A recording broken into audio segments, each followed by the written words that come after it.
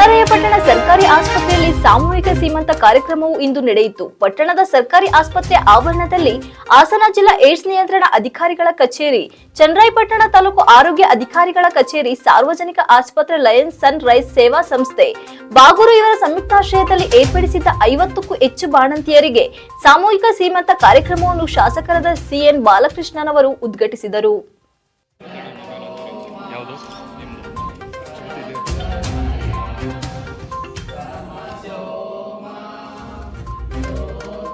ಕಾರ್ಯಕ್ರಮ ಉದ್ಘಾಟಿಸಿ ಮಾತನಾಡಿದ ಶಾಸಕರು, ತಾಲೂಕಿನಲ್ಲಿರುವ ಬಾಣಂತಿಯರಿಗೆ ಹಾಗೂ ಗರ್ಭಿಣಿಯರಿಗೆ ಮನೆ ಮನೆಗೆ ಪೌಷ್ಟಿಕಾಂಶ ಆಹಾರದ ಪದಾರ್ಥಗಳನ್ನು ತಲುಪಿಸುವ ಕಾರ್ಯವನ್ನು ತಾಲೂಕು ಆಡಳಿತದಿಂದ ಕ್ರಮ ಕೈಗೊಳ್ಳಲಾಗಿದೆ. ರಾಜ್ಯ ಸರ್ಕಾರ ಹಾಗೂ ಕೇಂದ್ರ ಸರ್ಕಾರದ ಆರೋಗ್ಯ ಸಂಬಂಧಪಟ್ಟ ಯೋಜನೆಗಳು ಯಶಸ್ವಿಯಾಗಿದೆ ಎಂದು ತಿಳಿಸಿದರು. ತಾಲೂಕು ಆಸ್ಪತ್ರೆಯಲ್ಲಿ ಆಯುಷ್ಮಾನ್ ಭಾರತ ಯೋಜನೆಯನ್ನ ಜಾರಿ ಮಾಡುವಲ್ಲಿ ರಾಜ್ಯದಲ್ಲಿ 4ನೇ ಸ್ಥಾನವನ್ನ ಪಡೆದಿದೆ. ಹಾಸನ ಜಿಲ್ಲೆಯಲ್ಲಿ ಪ್ರಥಮ ಸ್ಥಾನವನ್ನ ಪಡೆದಿದೆ.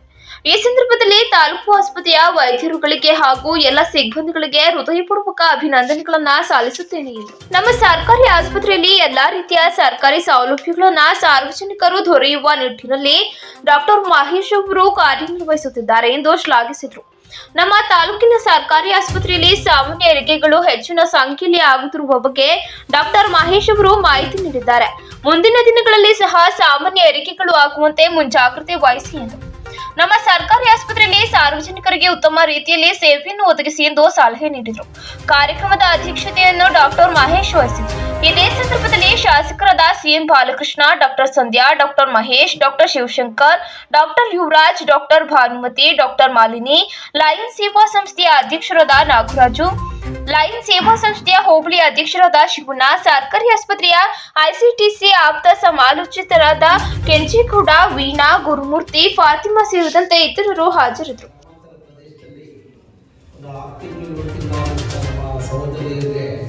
ಸಾಮಾನ್ಯವಾಗಿ ಬಾವಿಗೆ ಕಳಿಸಿ ನೀರು ತರುವಂತ ಕೆಲಸ ನಡೀತಿತ್ತು.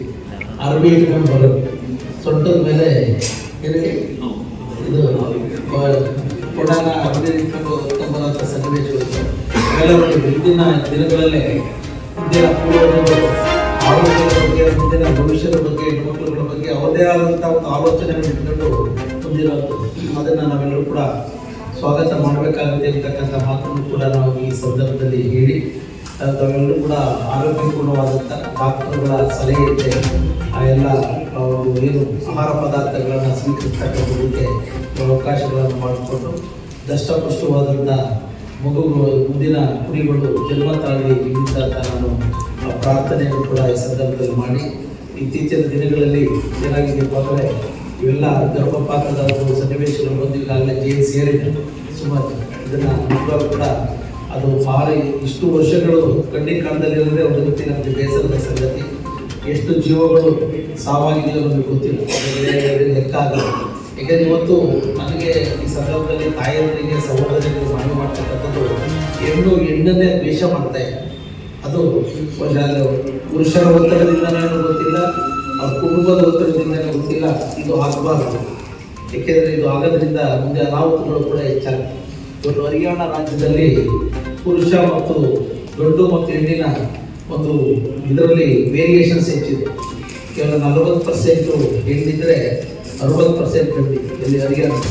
ಇದೆಲ್ಲ ಆತಂಕಕಾರಿಯಾದಂಥ ಬೆಳವಣಿಗೆ. ಏಕೆಂದರೆ ಹೆಣ್ಣು ಮನೆಯ ಕಣ್ಣು, ಅದನ್ನೆಲ್ಲೂ ಕೂಡ ಗೌರವಿಸುವಂಥದ್ದು ಈ ಸಮಾಜದ ಎಲ್ಲ ಜವಾಬ್ದಾರಿ ಅಂತಕ್ಕಂಥ ಮಾತನ್ನು ಕೂಡ ನಾನು ಈ ಸಂದರ್ಭದಲ್ಲಿ, ಹೆಣ್ಣಾದರೇನು ಗಂಡಾದರೆ ಮನೆಯಲ್ಲಿ ಬೆಳಗಬೇಕಷ್ಟೇ ವಿಚಾರ. ಇವತ್ತು ಯಾವ ಹೆಣ್ಣು ಯಾರಿಗೂ ಕೂಡ ಕಡಿಮೆ ಇಂದ